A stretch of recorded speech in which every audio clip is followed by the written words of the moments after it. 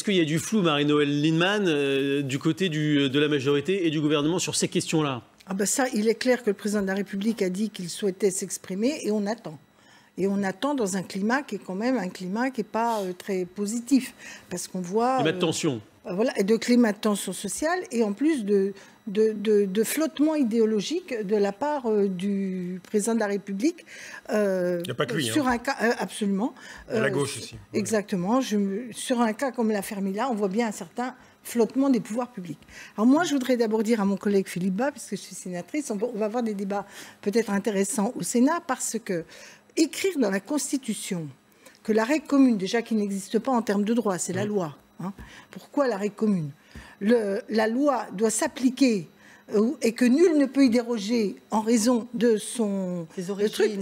Non seulement c'est pas nécessaire, mais tous les gens que vous n'avez pas mis dans les dérogations auraient potentiellement la possibilité d'y déroger.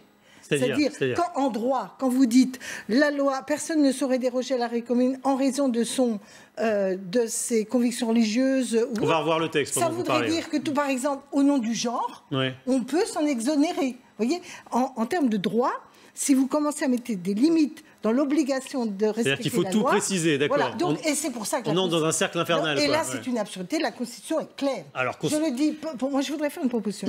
Je pense que c'est la fuite en avant, ce débat. La réalité, c'est qu'il y a des problèmes. D'abord, il faut en mesurer l'ampleur, mais même s'ils sont peu nombreux, ils sont graves pour la République. Alors, que répondez-vous, Constance Le Grip? Attendez, je propose qu'il y ait... Oui, je pense qu'il y a des endroits où ils sont très nombreux. Il n'y a pas que des endroits, un peu partout. Donc, il faut qu'il y ait, comme on avait fait jadis la commission Stasi, un lieu où on regarde explicitement où la République, ou dans quel cas la République n'est pas suffisamment armée, ou suffisamment efficace, ou suffisamment courageuse pour faire respecter la loi. Que répondez-vous, Constance Le Grip, à ces objections juridiques qui sont soulevées ici autour de la table, au texte soulevé par votre collègue, proposé par votre collègue? S'agissant d'une révision de la Constitution, aucune objection juridique ne tient, puisque par définition, la Constitution, c'est la loi suprême, c'est la loi fondamentale. Et réaffirmer des choses qui ne sont pas assez explicites, on peut faire sans révision. On peut faire sans révision. Dans ce cas-là, ça veut dire que tout va pour le mieux dans le meilleur des mondes. C'est que c'est pas le problème constitutionnel. Incontestablement, le débat, si nous en parlons ce soir, si nous allons en parler, si je peux juste avoir allez-y, Madame Le Grip. Sérénité dans ce débat, je pense que sur des sujets très importants qui concernent beaucoup notre pays aujourd'hui et demain et qui intéressent de près nos compatriotes, un débat un peu serein entre les grandes familles politiques n'est pas de trop. Alors, allez-y. Je pense qu'on parle de ce sujet parce qu'il y a effectivement cette initiative sénatoriale. Et moi, je veux rendre hommage au travail de Philippe Bas, de Bruno Retailleau, d'Hervé Marseille. Donc, c'est la droite et le centre réunis au Sénat qui remettent le sujet sur la table parce qu'effectivement, les atermoiements de l'exécutif, depuis le discours du chef de l'État devant l'Association des maires de France le 19 novembre, jusqu'à ses vœux, encore une interview récente au retour de l'État d'Israël, on a eu des paroles et des Il procrastine, quoi. Il procrastine sur le sujet. Complètement. Et donc, à un moment ou à un autre, il faut effectivement mettre le sujet sur la table, faire des propositions précises, textuelles. Et lancer le débat, quoi. Seront de nature à relancer le débat. Alors que la rédaction ne soit peut-être pas totalement juridiquement... Je rappelle que Philippe Bas est quand même un fin juriste, président de la commission des lois, enfin politique aussi. On peut être à la fois juriste et politique. C'est souvent intéressant de combiner les deux. Qu'on puisse débattre et trouver à améliorer, à modifier, etc. Mais au moins, le débat est relancé fortement. Je rappelle que Xavier Bertrand et Bruno Retailleau, il y a environ 2 mois, avaient proposé une loi ordinaire pour essayer de contrer la menace réelle de listes communautaristes aux élections municipales. Ils ont été reçus par Christophe Castaner, qui leur a fait quelques paroles aimables. Et puis après, pchit, plus rien. Donc on attend toujours. Au moins, le débat est relancé. Il y a un acte fort. Débat dont on voit qu'il est toujours aussi enflammé, notamment au travers de l'affaire Mila, qu'on a commencé à évoquer autour de ce plateau et qu'on va retrouver dans quelques instants. À tout de suite. À évoquer cette interview donnée en exclusivité par Mila à l'émission Quotidien. Mila, c'est cette adolescente qui avait insulté l'islam et qui est aujourd'hui déscolarisée, qui a été menacée de viol, de mort. Il n'y a toujours pas de solution dans cette histoire. Et elle a choisi ce soir de s'exprimer, ce qui a un peu surpris tout le monde, à visage, vous le voyez ici, à visage découvert. Je me suis dit qu'il fallait vraiment que je m'exprime, que je prenne la parole par rapport à tout ça. Et à visage découvert parce que j'ai En fait, j'ai toujours été un personnage un peu public sur les réseaux sociaux et donc il y a déjà beaucoup de gens qui connaissent mon visage et la vidéo a beaucoup circulé, enfin pas besoin de le préciser. Elle a été diffusée à la télévision floutée, mais sur les réseaux sociaux, elle était non floutée. C'est ça. C'est ça. Et je me suis dit que ça me ferait pas plus de mal d'être à la télé et en plus, j'ai pas à me cacher parce que je le sais, j'ai rien fait de mal. Je n'ai pas à me cacher, a dit Mila ce soir. Quant à ses propos, a-t-elle des regrets à exprimer? Alors elle dit qu'elle n'a pas de regrets, même si en fait elle a des regrets sur la forme. Elle le dit évidemment avec ses mots. Écoutez. Deux choses que je regrette dans cette histoire. C'est de l'avoir dit d'abord sur les réseaux sociaux parce que je n'avais pas mesuré l'ampleur que ça pourrait prendre. Et c'est de l'avoir dit d'une manière aussi vulgaire parce que j'aurais pu argumenter, j'aurais pu... Vous regrettez la vulgarité? Je regrette la vulgarité, c'est ça. Est-ce que vous auriez pu dire ces mots sur une autre religion? Bien sûr. Est-ce que vous la soutenez ou pas? Est-ce que vous êtes Mila les uns les autres à 100%, oui ou non? Marie-Noëlle Lienemann. On n'a pas à être Mila, elle a le droit de dire ce qu'elle a dit. Elle n'a pas fait le moindre crime, peine, etc. Elle a sa liberté d'expression, elle n'est pas en défaut par rapport à la loi de la République. Et la République doit la défendre. Parce qu'on ne peut pas accepter que quelqu'un... À 100%, sans réserve. Quoi qu'elle ait dit sur le fond, comme disait Voltaire, même si je suis en total désaccord, je vous soutiens. Bon, moi, je n'aurais jamais dit des choses de cette nature, sous cette forme. Mais en tout cas, elle a le droit de le dire. Elle l'a fait, on doit la défendre. On ne peut pas accepter. Et moi, j'en veux au ministre de l'Éducation nationale. Comment on peut accepter qu'une jeune fille, c'est une jeune fille de 16 ans qu'on n'arrive pas à la rescolariser. Elle a dit ce soir qu'elle se sentait très soutenue par l'Éducation nationale et par son ministre, pour juste préciser les choses. Et elle a dit qu'il essayait vraiment de trouver une solution. Voilà, mais trouver une solution, je m'excuse, mais quand même dans l'Éducation nationale, on n'a pas besoin d'attendre 10 ans ou X jours pour trouver des solutions. Soit elle est rescolarisée dans le même endroit et on la protège, soit avec elle, on trouve un établissement qui correspond à son attente. On se penchera sur les solutions tout à l'heure. Que vous a inspiré, Julien Audoul, le fait de la voir comme ça, visage découvert, ce qui est assez courageux vu le contexte.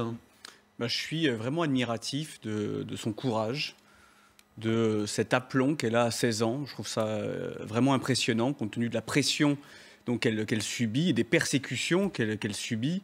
Sa déscolarisation, cet emballement médiatique, je trouve ça vraiment impressionnant. Évidemment qu'il faut qu'elle assume. Il faut arrêter de s'excuser, tout simplement d'être dans notre bon droit, parce que la loi française elle peut s'excuser, ce qu'elle a fait d'ailleurs sur la vulgarité des propos. Elle a nuancé, mais ça, elle peut le faire. Mais en tout cas, au pays de Voltaire, on ne doit pas s'interdire de choquer. Voilà. Et on peut critiquer, encore une fois, toutes les religions, y compris l'islam. L'islam n'est pas une religion au-dessus des autres. L'islam n'est qu'une opinion, il faut le rappeler. Les religions sont des opinions, et les opinions, elles sont critiquables. Elles sont critiquables avec vulgarité, avec mépris, avec tous les mots que l'on souhaite, en tout cas. Mais la loi française est de notre côté. Et il va falloir une bonne fois pour toutes que les musulmans, les Français de confession musulmane qui aujourd'hui entretiennent un flou et essayent finalement de concurrencer nos lois et de réécrire en quelque sorte notre législation, qui comprennent bien qu'en France, on a le droit. Et que chez nous, c'est pas le Pakistan. Chez nous, on peut critiquer leur religion. Chez nous, on peut critiquer le Coran. Chez nous, on peut critiquer le voile islamique. Chez nous, on peut critiquer le halal. Et on ne doit pas être menacé de mort pour autant. J'ai bien compris que pour beaucoup, y compris le ministre de l'Intérieur, l'islam est une religion de paix. Mais je constate que malheureusement, l'islam est la seule religion que l'on ne peut pas critiquer sous peine d'être menacé de mort. Renaud Pila, il y a eu du retard à l'allumage sur le plan politique dans cette affaire. Oui, il y a eu du retard à l'allumage puisque ça a 10 jours, 15 jours. Ouais. Ça a commencé sur les réseaux sociaux, bien sûr, puisque Mila s'est exprimée sur les réseaux sociaux. Puis, il y a eu des journalistes dans les médias. Mais du côté politique, il y a eu quelques élus. Mais au départ, il y a eu un grand retard comme si finalement ça passait à travers les radars à gauche parce que il y a eu beaucoup de lâcheté à gauche. Il y a eu beaucoup de lâcheté au début chez les écologistes. Yannick Jadot ce matin sur LCI a été très clair, mais où étaient au début les grandes voix très clair, disons-le, pour la soutenir. Pour la soutenir, bien sûr, pour la soutenir. Mais où étaient les grandes voix de gauche? On est quand même dans la culture. Il y a eu du flottement aussi du côté du gouvernement. Il y a eu, bien sûr, mais je veux dire, à gauche, c'est quand même La République. Non, mais à gauche, à gauche, Exactement. la République et la défense des valeurs républicaines. Et de la laïcité. Et de la laïcité, c'est quand même dans l'histoire très profonde de la gauche française. Il y a eu du retard également. Alors, à droite, vous avez été effectivement assez, Madame la députée, une des toutes premières, mais il n'y a pas eu de réaction très rapide. Enfin, le parti que je représente a réagi tout de suite. Hein. Voilà, mais on sent que voilà, du côté politique, et ce soir, effectivement, l'interview de Mila qui met avec ses mots, avec son âge et beaucoup de maturité, je dirais un peu les choses de nouveau à l'endroit, montre que le débat politique doit s'emparer plus rapidement de ce genre d'affaires. Mila, qu'on va écouter peut-être pour qu'elle explique à quoi correspond sa vie aujourd'hui, sa vie qu'elle a mis, dit-elle, en mode pause. Ma vie, elle est clairement en pause. C'est-à-dire que ce soit sur ma vie sociale, sur les réseaux sociaux, sur ma scolarité. Vous êtes déscolarisé, c'est ça? Oui, j'étais pas en sécurité dans mon établissement. C'est-à-dire que si j'y retournais, vu les menaces que j'ai reçues des personnes de mon lycée, j'aurais pu être brûlée à l'acide, j'aurais pu me faire frapper. J'étais menacée d'être déshabillée en public, d'être même enterrée vivante.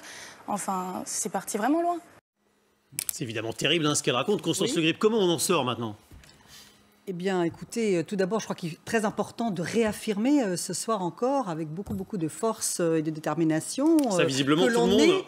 oui, maintenant, mais enfin, il y a eu, comme le disait Renaud Pilat, beaucoup de retard à l'allumage. Je me suis longtemps demandé, effectivement, où étaient les grandes voix de la gauche, où étaient les grandes voix des féministes, qu'on a très peu entendues. Marlène Schiappa au gouvernement a été, une des seules... Où étaient les défenseurs habituels des droits de l'homme et des droits de la femme, les turiféraires habituels de la liberté d'expression et la liberté d'opinion. Ouais. Donc, je pense qu'il est important de dire qu'il y a eu quand même quelques voix. Maître Richard Malka s'est très rapidement lancé dans la défense de cette jeune fille, dont je salue moi aussi le courage total. Et elle a parfaitement raison de venir à la télévision ce soir parler à visage découvert. Elle n'a pas à se cacher. Et on redit avec force que dans la République française, le droit de critiquer, le droit de faire des satires, des caricatures, on est le pays de Voltaire, on est aussi le pays de Charlie Hebdo, le droit de blasphémer sont absolument consubstantiels à la liberté d'expression et la liberté d'opinion. Alors comment on en sort? Eh bien en rappelant les valeurs de la République. J'ai peur que ça ne suffise pas, Madame la députée. La laïcité. Et puis ensuite, ça fait des années qu'on dit ça, ça fait des années. Eh bien, il y a un travail peut-être d'éducation à la base, enfin il y a un travail... Clairement, sur les réseaux sociaux, certainement, il y a un certain nombre d'associations qui y travaillent, mais je crois que on évoquait le sujet tout à l'heure de la proposition de loi constitutionnelle des sénateurs pour réaffirmer ça fait partie des outils dans la Constitution même le principe fondateur de la République française qui est la laïcité. Il faut mener ce combat, réarmer la République de manière extrêmement ferme. Et puis bien sûr, il y a le combat pour rescolariser. J'ai cru comprendre que Jean-Michel Blanquer se penchait maintenant très sérieusement sur le sujet, que des solutions vont lui être proposées. J'espère qu'elles lui seront proposées très vite, mais qu'il y a aussi peut-être un travail d'éducation à faire. Où sont les enseignants de tous ces jeunes qui ont déversé leur torrent de haine et de boue vengeresse? Sylvain Maillard, comment on en sort? Les parents, où sont les associations de tous ces jeunes? Est-ce qu'il n'y a pas eu un peu de retard à l'allumage aussi à cause de ces propos un peu maladroits, malencontreux de Nicole Belloubet? Elle l'a reconnu elle-même. Oui, elle l'a reconnu elle-même, peut-être une prise de parole un peu rapide dessus. En tout cas, ce qui est sûr, c'est que Marlène Schiappa, vous l'avez dit, a eu des paroles très fortes très rapidement. Et puis, voilà, c'est ce que... D'abord, vraiment saluer, mais on l'a fait tous autour de cette table, mais je voudrais le redire, le courage, à 16 ans, après avoir vécu et vivre ce qu'elle est en train de vivre, d'avoir le courage de venir comme ça, c'est admirable. Et au-delà de ce qu'elle a dit, de la façon dont elle l'a dit, on est en France et on a le droit de dire ce que l'on veut et ça peut choquer, mais on doit se battre pour qu'on puisse garder cette liberté qui est fondamentale. Et moi, je voudrais juste faire un aparté sur les réseaux sociaux. Encore une fois, l'archétype même de ce qu'on trouve sur les réseaux sociaux. Voilà, c'est devenu pour une partie d'entre eux une poubelle. Un déversoir. Un déversoir de haine. Nous allons sortir de ce plateau et nous allons être copieusement insultés tous. Directement avec des insultes en permanence. Je vous le confirme. Et donc c'est encore certains plus que d'autres. Certains. Oui, enfin je pense qu'en tout cas on a chacun notre lot. Ça dépend les saisons. Et ce qui est très dur, Julien Arnaud, c'est qu'en fait nous-mêmes nous y habituons parce qu'en fait on se dit ça fait partie. Finalement ça nous fait presque sourire. En fait c'est très grave. Et quand ça arrive à une jeune fille quoi qu'elle ait dit, moi je trouve ça particulièrement scandaleux. On est en train de terminer le vote en seconde lecture sur la loi Siberen de Laetitia Avia, qui va nous aider aussi à lutter contre ça, de faire en sorte qu'on n'en peut plus d'avoir ce déversoir. Qui au début on disait c'est pas très grave, c'est sur Internet, finalement c'est pas très grave. Mais en fait ça se traduit en vérité dans la vie réelle. C'est une catastrophe. Il faut absolument qu'on y mette un terme. Et j'espère que cette loi va y contribuer. On voit qu'il y a un soutien largement partagé ici autour de cette table, mais dans le monde politique, ce n'est pas forcément le cas, y compris pour des personnalités qu'on aurait pu imaginer davantage en soutien de Mila, comme par exemple Ségolène Royal. Écoutez. Revenons à des choses sérieuses. Une adolescente qui est peut-être encore en crise d'adolescence, si elle avait dit la même chose sur son enseignant, sur ses parents, sur sa voisine, sur sa copine, qu'est-ce qu'on aurait dit? On aurait dit simplement un peu de respect. Alors, critiquer une religion, ça n'empêche pas d'avoir du respect, ça n'empêche pas d'avoir de l'éducation, de la connaissance, aussi d'être intelligent. Alors, des commentaires qui ont suscité là aussi un torrent de polémique. Elle a voulu préciser un peu les choses sur Facebook aujourd'hui, mais sans changer le fond de ce qu'elle a exprimé. Elle dit simplement le déferlement de haine de l'extrême droite, dit-elle, et les flèches empoisonnées de ceux qui s'arrogent le monopole de la vertu. Voilà ce qu'elle a souhaité dénoncer. Que lui dites-vous, Marie-Noëlle Lienemann? Moi, je trouve ça consternant. Oui. Parce qu'il faut avoir un peu de discernement, surtout quand on prétend pouvoir être président de la République. Le discernement, c'est que cette jeune fille n'a pas mis en cause des personnes.